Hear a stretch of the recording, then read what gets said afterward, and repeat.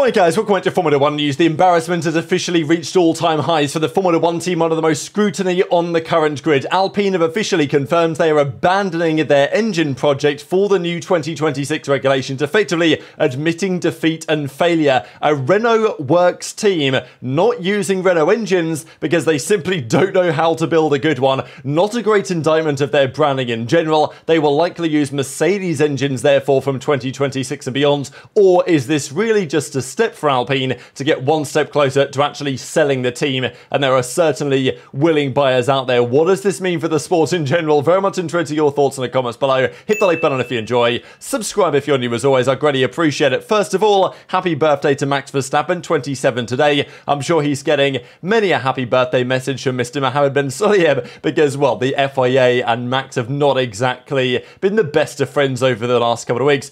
Ben Sulayem today, by the way, I can't believe this guy is for real, I'm not gonna lie. He says the following: "We never get the credit, as in the FIA. It's impossible. We only get the rubbish, that's all I know. When you look at it, everyone made money out of the FIA. Everyone accepts the FIA. Everyone gets the credit except the FIA. So, okay, hang on a second. I swear every time he says something, it just makes it worse. First of all, exactly what have the FIA done to deserve credit in recent years? Certainly from a Formula 1 perspective, that is already a question that is worthy of note. And sure, okay, maybe they've done a few things in the positive direction. They've certainly done a few things in the negative direction. They are the governing body of the sport. They are there to police, to steward.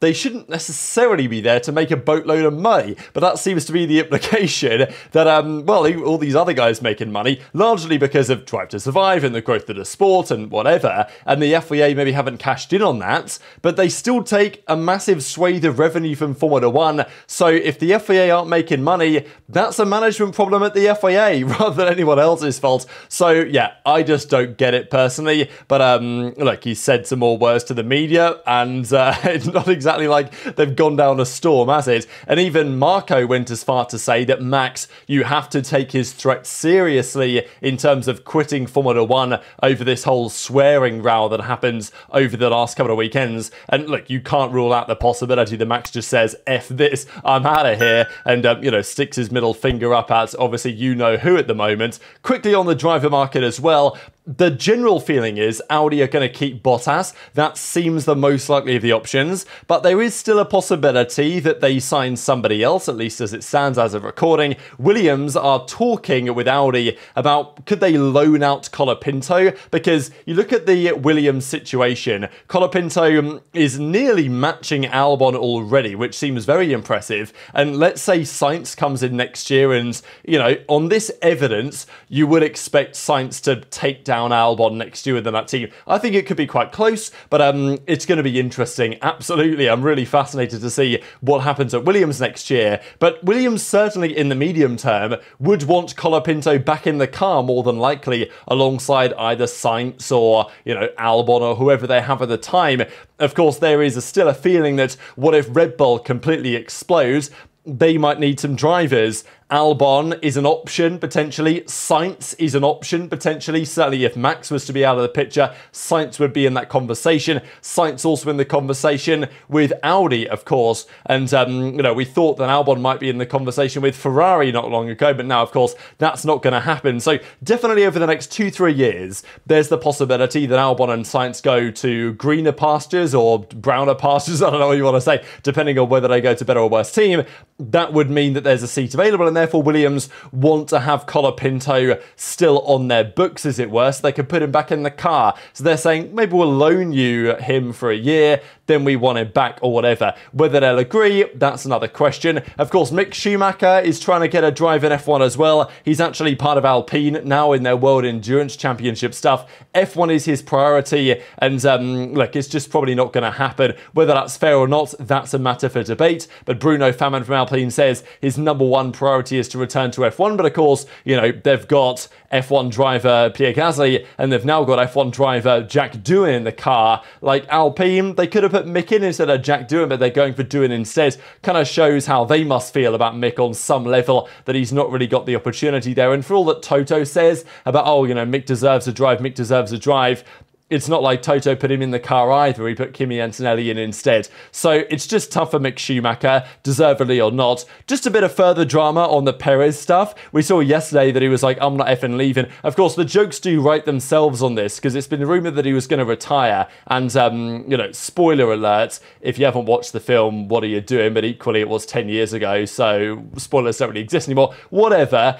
It wasn't that long after this scene that the company did go into absolute full collapse. So, you know, the jokes possibly do write themselves in terms of what Perez is getting at here. But Joe Sayward actually responds and says, it's amazing how many people can't comprehend the difference between reporting there is a rumour and saying the rumour is true, which is fair. I mean, it's obviously a bit of a fine line on a grey area, really. But because Sayward was talking about there being a rumour in the paddock that Perez had come to an agreement with Red Bull to retire in Mexico. As he says, it doesn't necessarily mean that's true, doesn't necessarily mean he's saying that's true. It's just like, this is what people are talking about, and therefore I'm going to report on that. So always you've got to take everything like that with a bit of a pinch of salt. But anyway, he privated his account, I think, on x.com here because he was getting so much hate, such as stuff like this. So it seems like Sayward is fighting a war against what he deems to be basically like classic Perez fan responses. So it's all going on twitter.com basically over the last couple of days. Before we get to the Alpine stuff, Ferrari have upgrades in the works.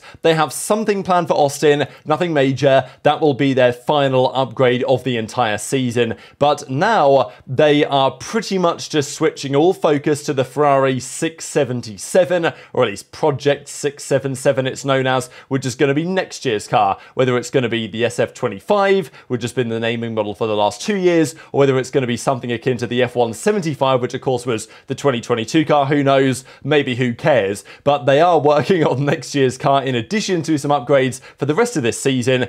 And now, the 2025 car occupies basically 100% of all the tunnel sessions. There's talk as well about the flexibility of the front wing and also the rear wing, because the rear wing flexibility has been effectively outlawed to some degree by the FIA. At least McLaren agreed to stop doing it, basically. Whereas they do have that new front wing in Singapore, which I'm pretty sure flexes a bit more than the older one, but it's not flexing to the extent of the McLaren or the Mercedes. So that maybe means one of two things. One is that either they don't have the lead time to prepare that yet, and they will for next year's car have a more flexible option, or Ferrari are quite convinced that what McLaren and Mercedes maybe to some extent are doing with their flexibility on the front wings is going to be outlawed for next season, and if it is, then Ferrari don't want to waste time developing it, I think effectively is the idea there. But this is the changes they've made. They've got one more thing to come as well, but as the article says, they are working a little bit on the SF24, but mainly pretty much 99% of their development time right now is towards next year's car, which will be critical. Hamilton's first year at the team, and also setting up the, you know, maximization of everything they've learned in ground effect over the last 4 years to try and make the best car possible, try and win the championship,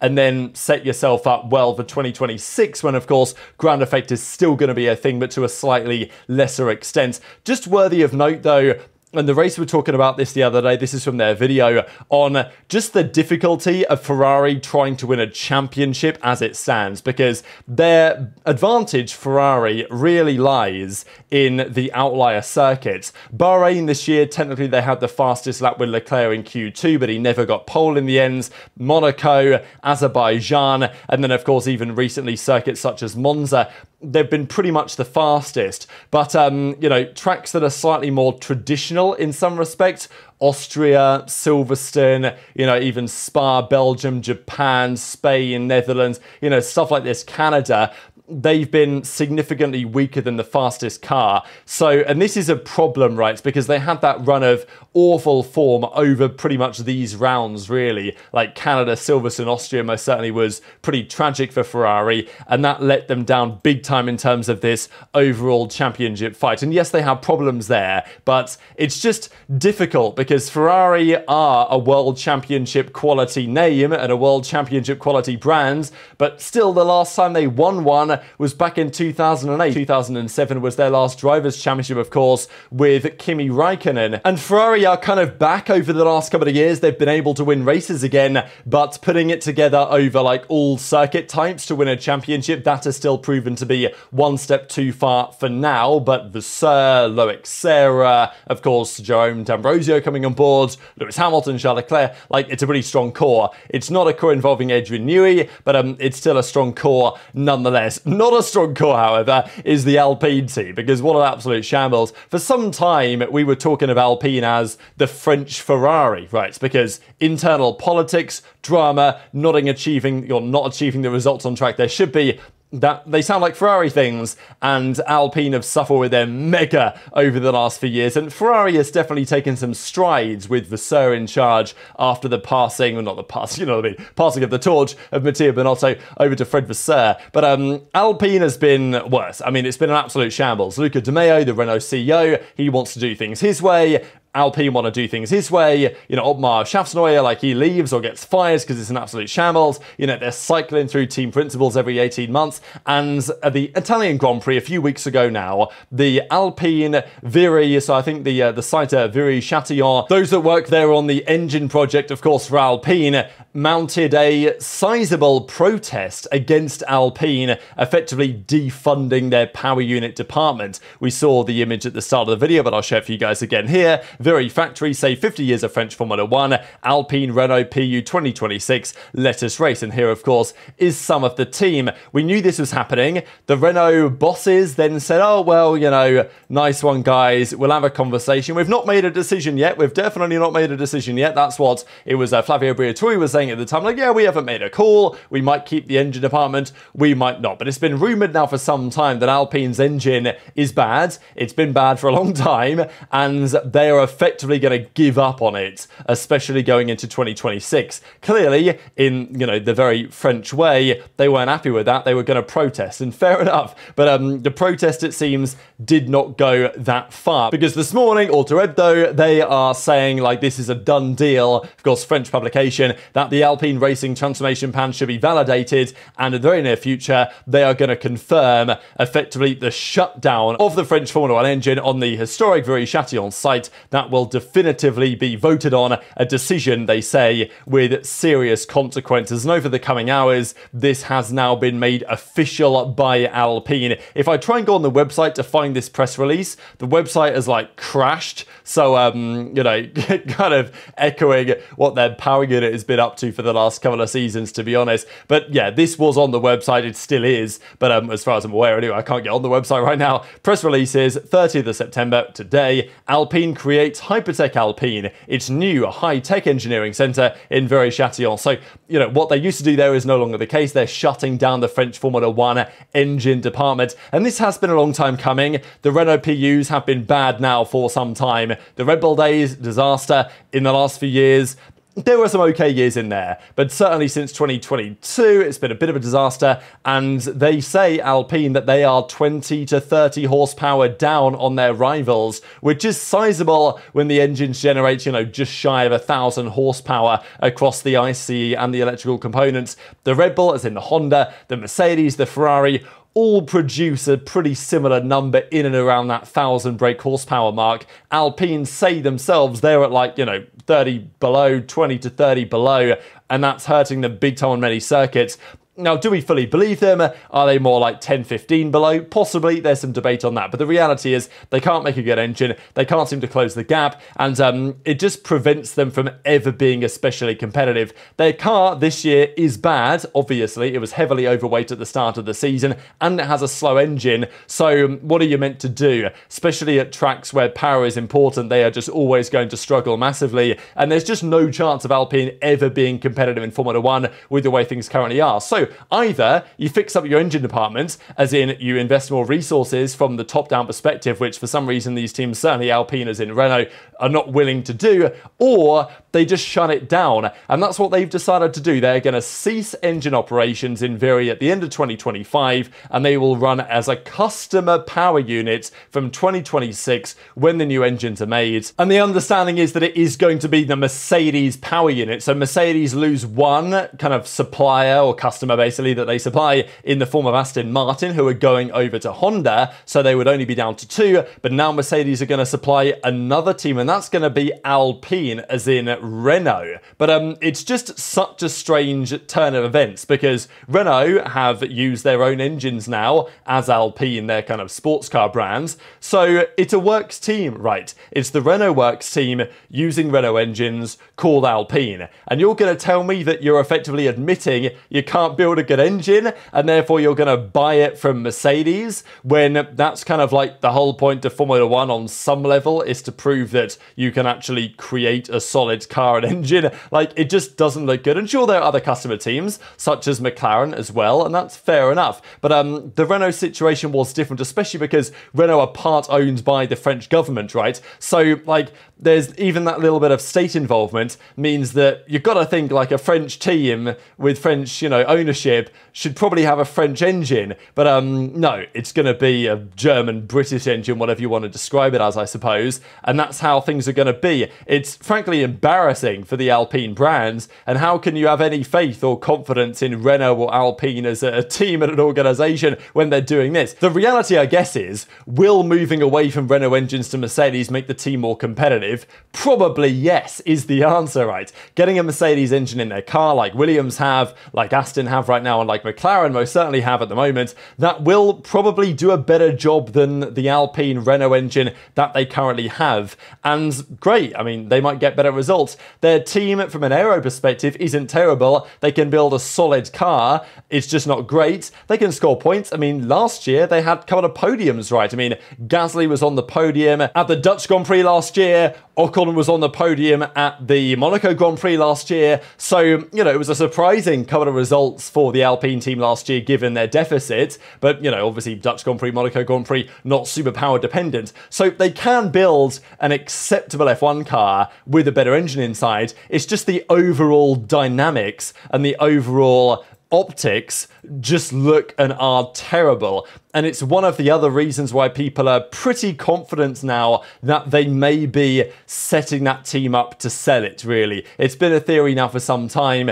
that Alpine and Renault might be looking just to get out of the sport again, certainly from a works team perspective, and just sell off their franchise for a profit effectively and then call it a day. This is a step towards that, shutting down the engine department, bringing in as a customer team. They might run it up for a couple of years like that with Mercedes, and then depending on the situation in the market, they may look to sell the team. There are certainly many interested parties, Andretti may be among them included in that conversation as well. But yeah, very much interested in your thoughts in the comments below. The reality is that other teams are also struggling with their engine too, but they will be powering on. Audi are convinced, and it makes sense for Audi, right? They've not built a Formula 1 engine before, certainly not like to this level of complexity that they are nowadays, and as a result, they are expecting to have a deficit to the front. The general theory right now is Mercedes might have the strongest power unit, Honda, Ferrari should be right there. Red Bull, bit of a concern on that one. Obviously, Renault have called it a day. They were meant to be a supply. They've pulled out, it seems, and Audi are still going to commit to it, with Mattia Binotto now calling a lot of the shots over there. But Binotto admits that they will have a gap to recover. Like, when they launch their car, they will be down on power compared to their rivals, and that is expected as your first year making an engine on this level. But the fact that they're admitting that now is concerning for Audi, and equally I think what Audi are going through in terms of trying to spin up a very competitive engine project is similar to how Renault might have tried, but they are just not going to be able to succeed. So it's fascinating for the grid going forwards, but what does it mean for the sport in general? I don't think it's a good thing for the sport. It may mean to some degree more competition, because Alpine might end up being a slightly more competitive team, but I don't think it's necessarily good for the overall picture of Formula 1. But very much interested in your thoughts on all of this stuff in the comment section below. Hit the like button if you enjoyed, subscribe if you're new, take care, and I'll see you next time.